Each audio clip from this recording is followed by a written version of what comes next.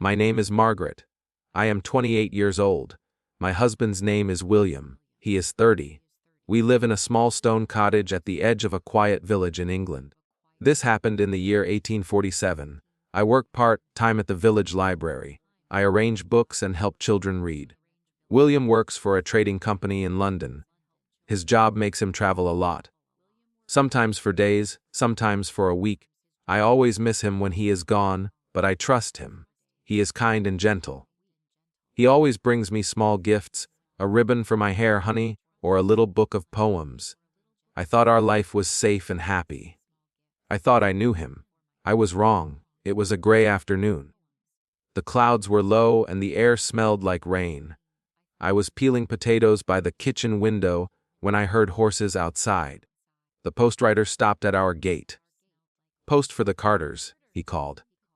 I took the letters from him. There was a bill for coal, a notice from the library, and a small cream envelope addressed to William. The handwriting was neat. The town name was Harrowford, a place I did not know. I put the letters on the table, but my eyes kept going back to that envelope. The seal was broken. I told myself I would only look to see if it was important. I opened it. Inside was a small photograph. William sat on a wooden bench in a park. Next to him was a young boy about 5 years old holding an apple. The boy's eyes were the same blue as William's. There was a letter with it. I read, "William Thomas misses you. Please come to Harrowford this Sunday. He asks when his father will visit again. We will be at the Green by 400. Yours, Eleanor." My hands shook. Who was Thomas? Who was Eleanor? I read the letter again. My stomach felt cold. Tears fell from my eyes. I remembered all the times he traveled for work. The long rides through rain and cold. The late-night letters he read alone in another room.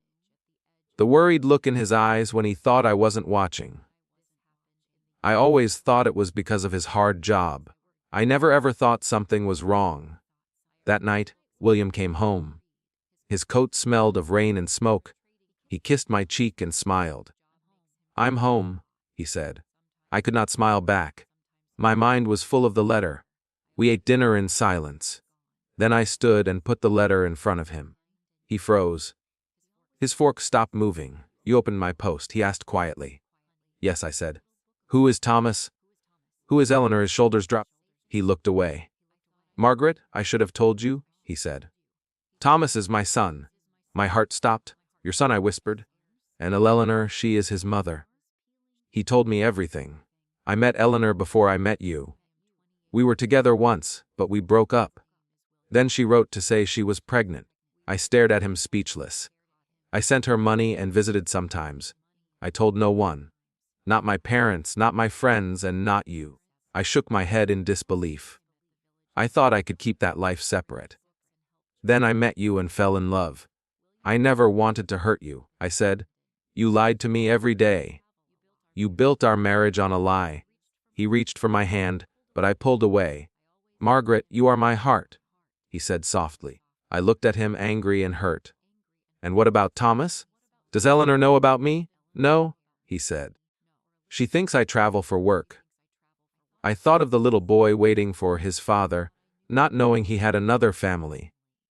"You need to go to your son," I said firmly. "Please, Margaret, go." He packed his things slowly. His hands were shaking. At the door, he turned and said softly, "I love you." I said nothing. The door closed behind him. I sat down on a chair and cried. Tears poured from my eyes. It felt like my whole world was breaking. I could not stop the pain inside. I felt lost, alone, and so tired.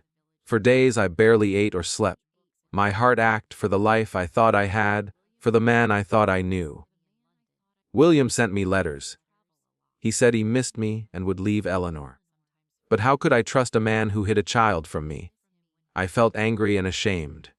Ashamed that I didn't see the truth sooner. Slowly, the tears stopped and I made a choice. I wrote back, "Do not come back. It is over." Without William's money, I had to leave the cottage. I rented a small room above a bakery in the village. I left my part-time library job and started working full-time as a nurse's helper at the hospital. The work was hard, but it kept me busy. Months passed. Winter came and the hills were covered in snow. One cold, windy afternoon I was walking home. At the end of the lane, I saw William. He was holding the hand of a small boy. It was Thomas. William looked older and tired. Our eyes met. His were full of sorrow. I gave him a small sad smile and walked past. I didn't look back. That night I sat by the window and watched the snow fall. My heart was broken, but I was still here. I had survived. I was stronger. If you are hurting, remember this.